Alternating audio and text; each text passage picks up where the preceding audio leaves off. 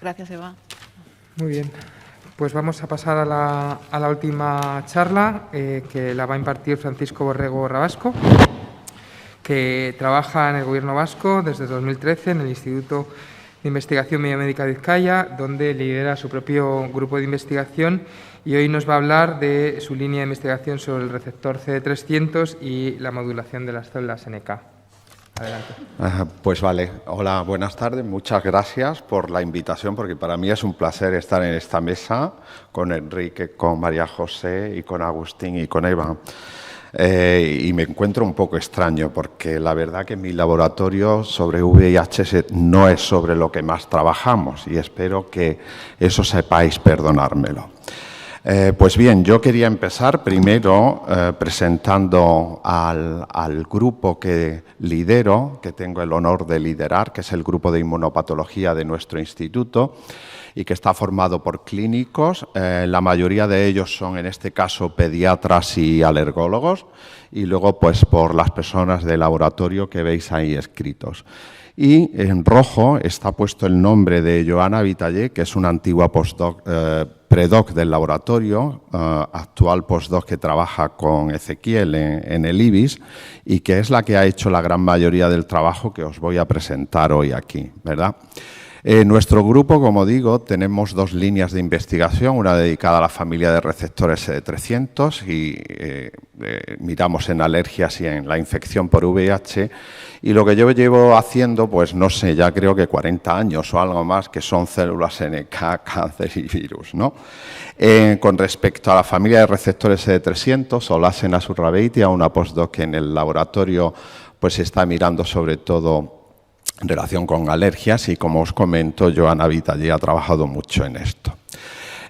¿Por qué empezamos a trabajar en los receptores CD300? ¿O por qué empecé yo a trabajar en los receptores CD300? Las células NK, yo siempre digo que son las niñas o la niña de mis amores, porque ya hice mi tesis doctoral sobre ellas, y en lo que insistí mucho en mis primeros años de investigador fue en los receptores inhibidores, fundamentalmente de células NK, empezando por KIR, por CD94, NKG2A, hasta que me encontré con el CD300A, que es un receptor inhibidor que lo expresan todas las células NK, pero no exclusivamente este tipo de células, como tenéis ahí. CD300A pertenece a una familia de receptores que le llamamos, pues eso, la familia de receptores CD300. Ahí tenéis un cartoon con los receptores CD300 humanos. En la parte izquierda, en rojo y en anaranjado, veis los dos receptores A y F, que tienen un tallo intracelular largo y que tienen motivos inhibidores basados en tirosina, ITIN, ¿ok?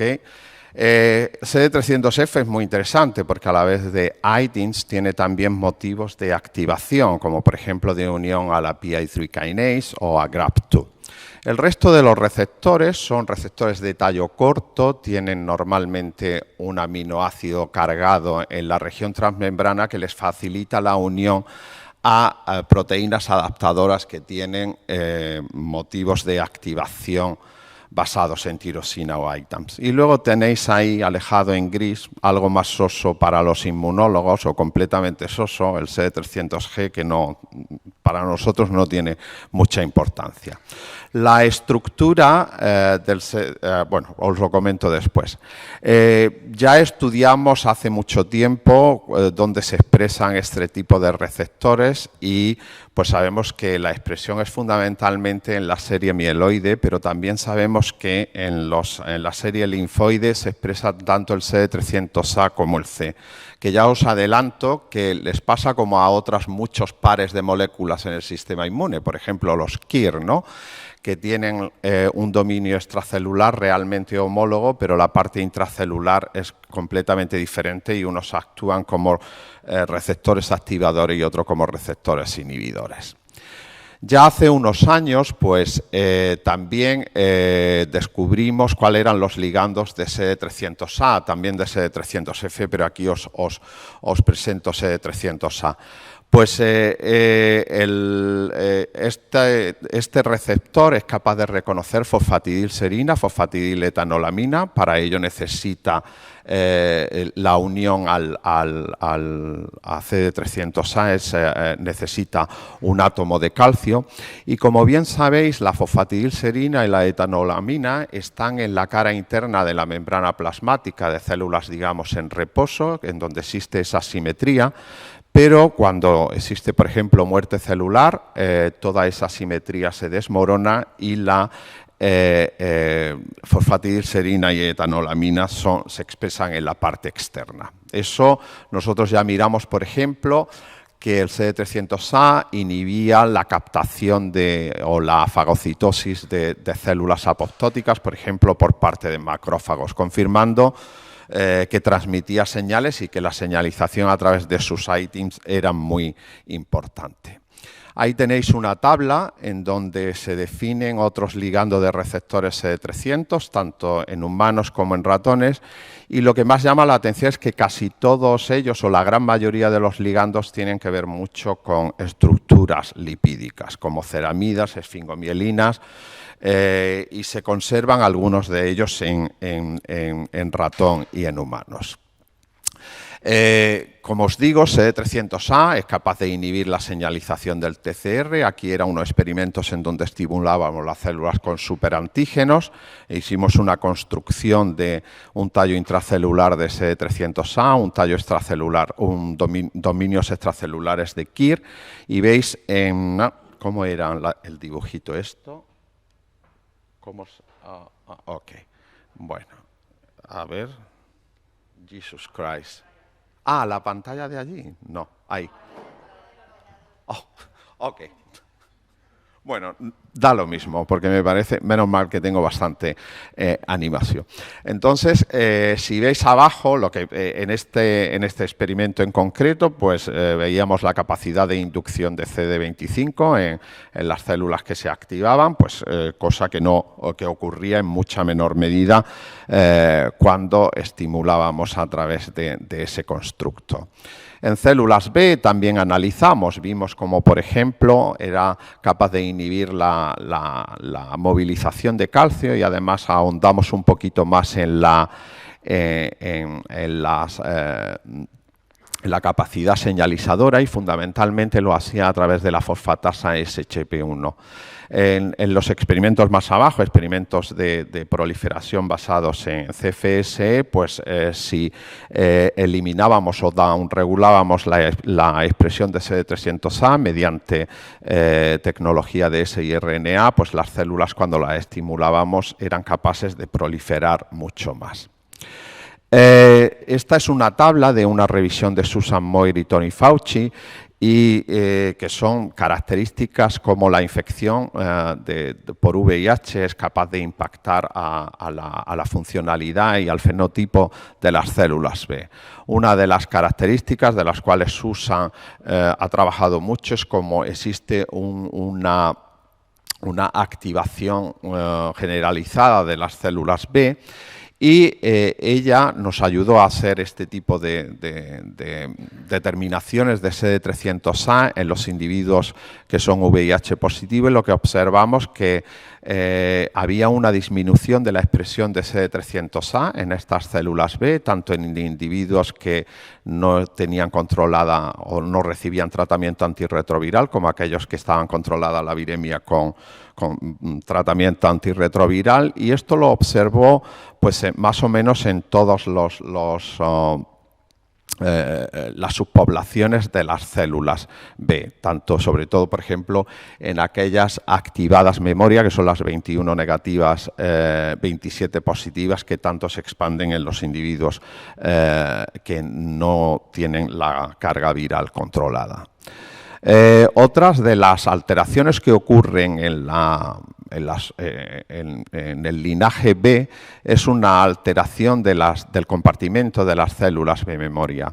Y en este aspecto, Joana, por ejemplo, últimamente, o ya casi cuando se iba del laboratorio, se han seguido haciendo algunos experimentos allí, pues si estudiaba las células B y lo único que ponía eran los marcadores de IgM versus CD300A, pues aparecían se dedicó a estudiar esa población que se caracteriza por la alta expresión de los niveles de IgM y que a la vez son CD300A positiva. Hizo un estudio fenotípico bastante profundo, estudió muchos más de los marcadores que vemos aquí y llegó más o menos a la conclusión que por lo menos como por el fenotipo que expresaban es que CD300A era capaz de diferenciar a las células B que son IgM memoria.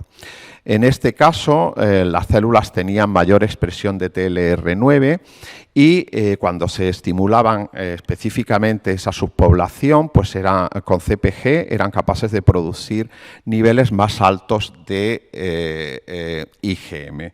Incluso lo que es más importante, cuando sorteaba las células en CD300A positivas y negativas, las estimulaba con polisacáridos del neumococo, pues se encontró que también esas células eran las que producían IgM en respuesta a esta estimulación con polisacáridos.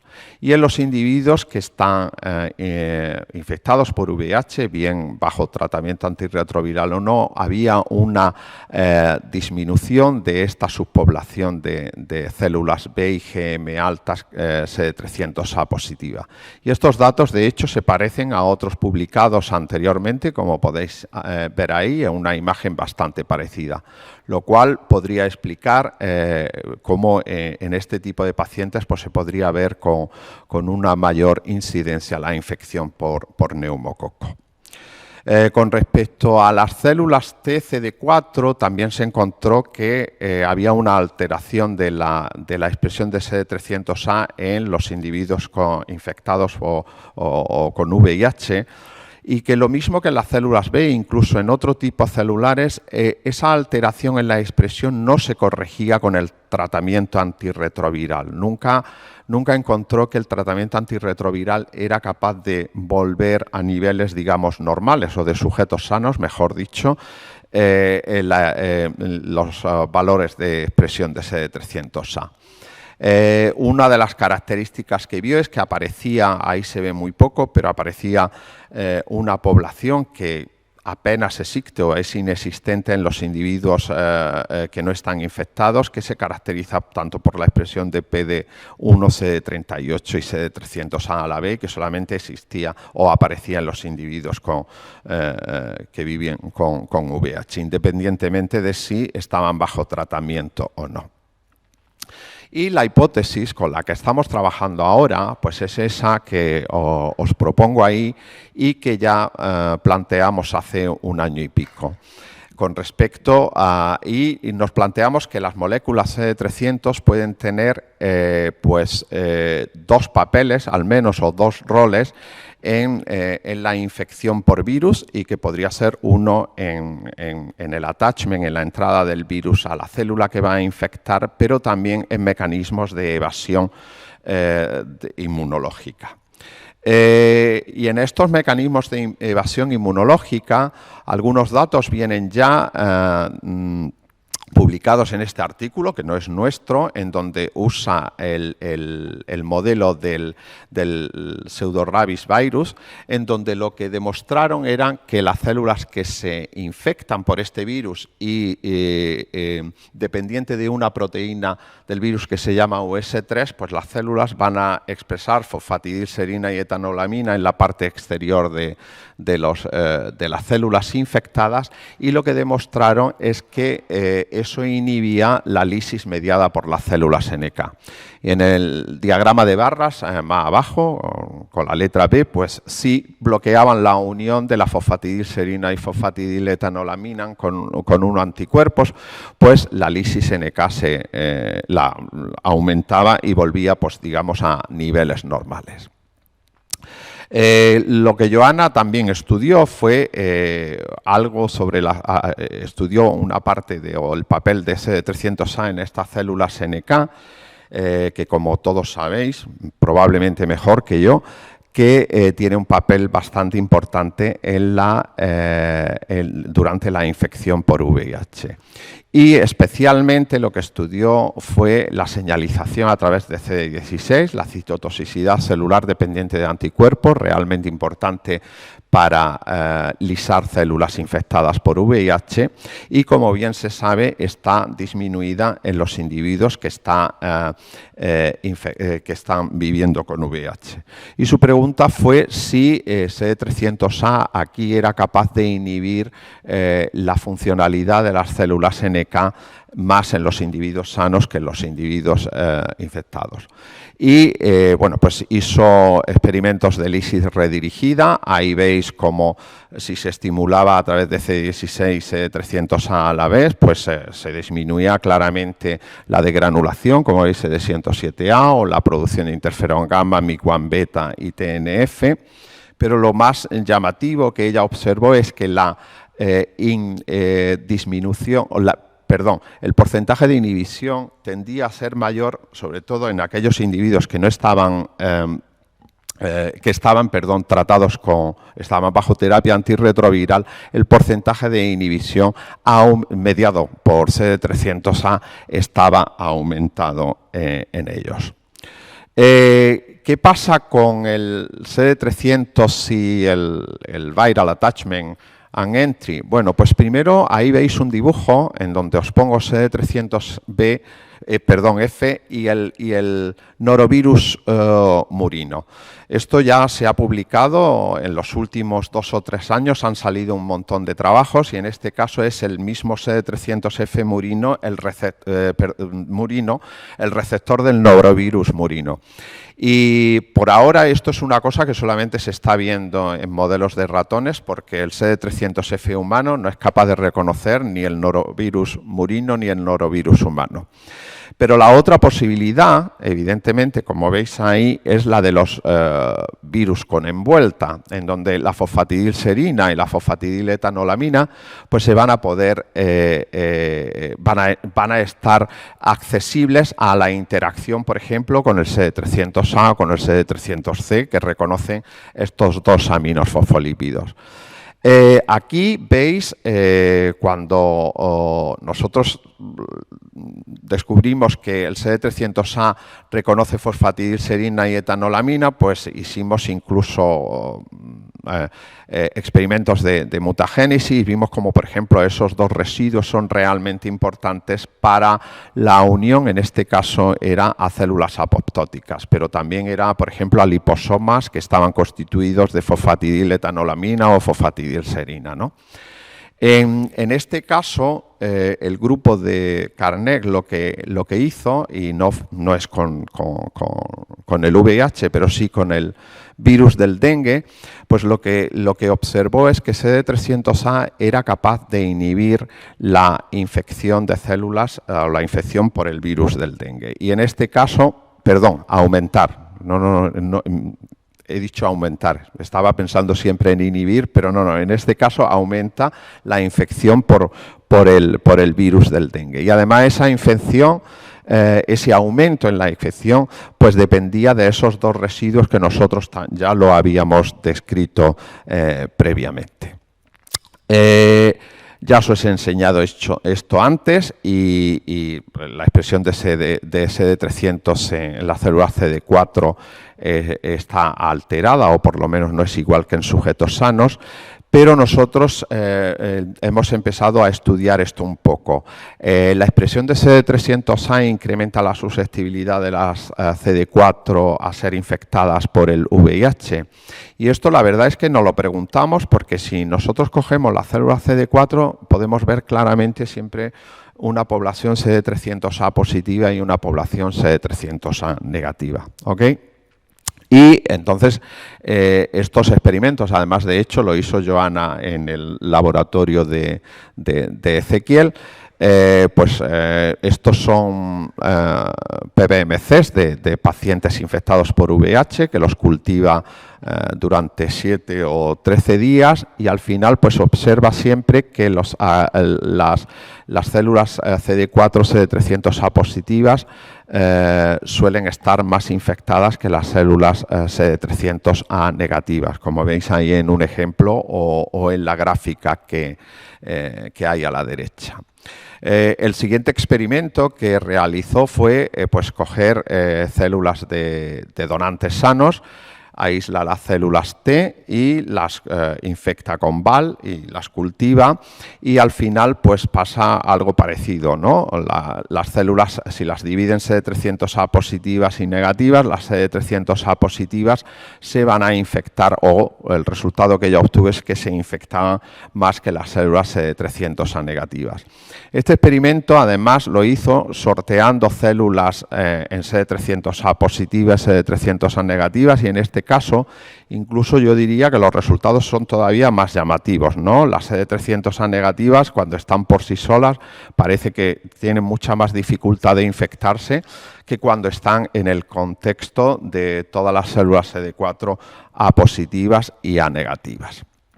Pues bien, esto, aunque parece ser que lo que ella miró es que las CD300A positivas parece que tienen unos niveles algo más altos de CCR5, nosotros pensamos que quizás no sea debido a esta susceptibilidad mayor, porque cuando se hacen estudios de correlación entre células CD300A positivas y negativas y lo que ves el CCR5 versus las células infectadas, ahí no había la más mínima correlación. O sea que creemos que probablemente haya otro tipo de factor y que no tenga que ver a que haya algunos niveles de CCR5 más altos. Y estos son experimentos que no están publicados y que los hizo ya justo antes de irse del laboratorio y de hecho los hizo en Oxford y lo que sí pudo observar es que en experimentos de fusión de estos de Blam pues parecía que las células CD300A positivas pues la fusión era algo mayor. Y ahí eso pues son las cosas con las que estamos ahora pues empezando a trabajar, porque desde que se fue ella pues la historia ha sido un poquito difícil en el laboratorio. Y ya para terminar, aquí os dejo para que sepáis, por supuesto, receptores de fosfatidilserina y etanolamina, no es solamente el CD300A, pero ahí, como podéis ver, hay también otros receptores, como pueden ser el TIM 1, 3 y 4, o como pueden también los virus con envuelta a través de la fosfatidilserina, pues, y como la proteína GAS6 y la proteína S, pues que sirven de unión para luego unirse a las tirosinas quinasas, por ejemplo a XL o MER. Ahí tenéis el MFGE8 y lo que se propone es que, por supuesto, se necesita el CD4 y el CCR5, eso es indudable, pero lo que se propone es que probablemente los receptores de fosfatidilserina y etanolamina de alguna manera van a ayudar a una mejor unión o facilitar la infección de las células diana. Y en este último, pues es un trabajo que ha salido pues hace, yo creo que 2 o 3 meses, no más, pues han desarrollado lo que ellos llaman un inhibidor universal de la fosfatidilserina y etanolamina, y que en los experimentos que ellos han hecho, tanto in vitro como in vivo, en modelos de ratón, pues el inhibidor, que consiste en el dominio extracelular de TIM1 soluble, el soluble TIM1, que lo han dimerizado a través de un FC al que le han hecho una mutación para evitar la posible antibody dependent enhancement efecto y pues bien, como por ejemplo en este experimento podéis ver cómo ese inhibidor es capaz de disminuir significativamente la infección por Zika virus, incluso lo hacen también en el caso del dengue. El VIH no se hizo en este experimento. Entonces, como conclusiones, el receptor CD300A reconoce fosfatidilserina y etanolamina y se expresa en células mieloides y linfoides.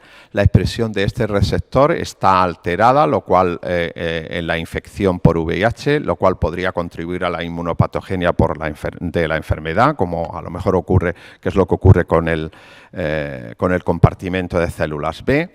CD300A inhibe las funciones efectoras de la célula NK y muy posiblemente también de las células TCD8. Las células TCD8, las que responden a péptidos específicos de VIH, son CD300A positivas. Probablemente este también tenga una capacidad inhibidora en la respuesta en personas con VIH y por lo menos nuestros datos preliminares dicen que las células CD4 que expresan CD300A son más susceptibles a la infección por VIH. Hay que dar gracias a las agencias financiadoras, a un montón de gente y, por supuesto, a vosotros, que ricasco por escucharme y estar hasta el final.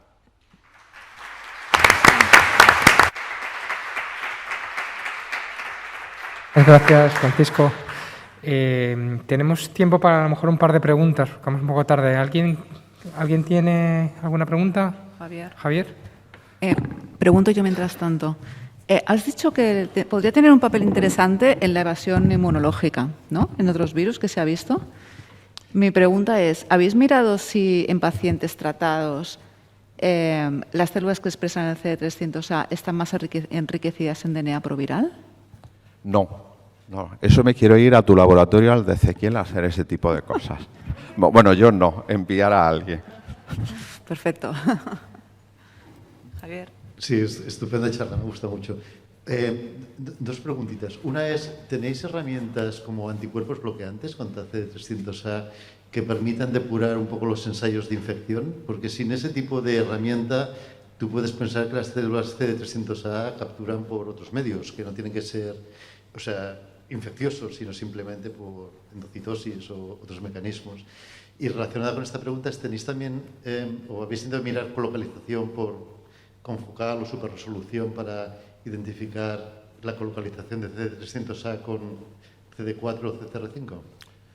La segunda pregunta no lo hemos hecho. Y la primera, se están desarrollando herramientas, algunas de ellas que hay algunos autores que la han usado, como el MFG8, que se une a la fosfatidilserina. El problema es que CD300 y tenemos que bloquear anticuerpos, no hay, o por lo menos los que nosotros tenemos. Y luego otro tipo de herramientas es que tienen que ser o bien que se unan a la fosfatidilserina o a la etanolamina. No os lo he comentado, pero la afinidad por etanolamina, por la fosfatidiletoanolamina, es muchísimo más alta que con respecto a la fosfatidilserina.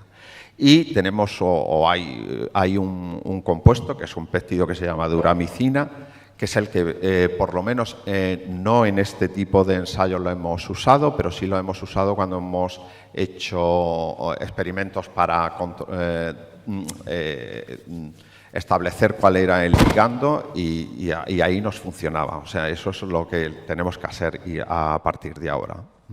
La interacción entre el ligando y el receptor en los epítopos que interactúan están bien definidos molecularmente. Pues eso es el modelo, porque es un modelo lo que te he presentado, la estructura con el ligando, la estructura del dominio extracelular de CD300A se conoce, no se conoce el modelo de cómo entra la fosfatidilserina y fosfatidiletoanolamina, pero se hizo un modelo por un biólogo estructural del NIH y usó la estructura del TIM4 con fosfatidilserina que se conoce. Entonces, según él, aquello entraba bien en el groove, digamos, en la cavidad que le provee el CD300A. Y nos dijo cuáles eran los residuos que eran importantes para la unión con estos dos aminofosfolípidos. Ese tipo de experimentos que algo os he enseñado aquí, los hicimos. Cuando mutábamos, pues perdíamos la capacidad de unión a los ligandos. Con esto clausuramos la sesión. Dar las gracias a todos los ponentes por los excelentes trabajos presentados y por la participación. Y muchas gracias a todos por quedaros hasta el final. Un saludo.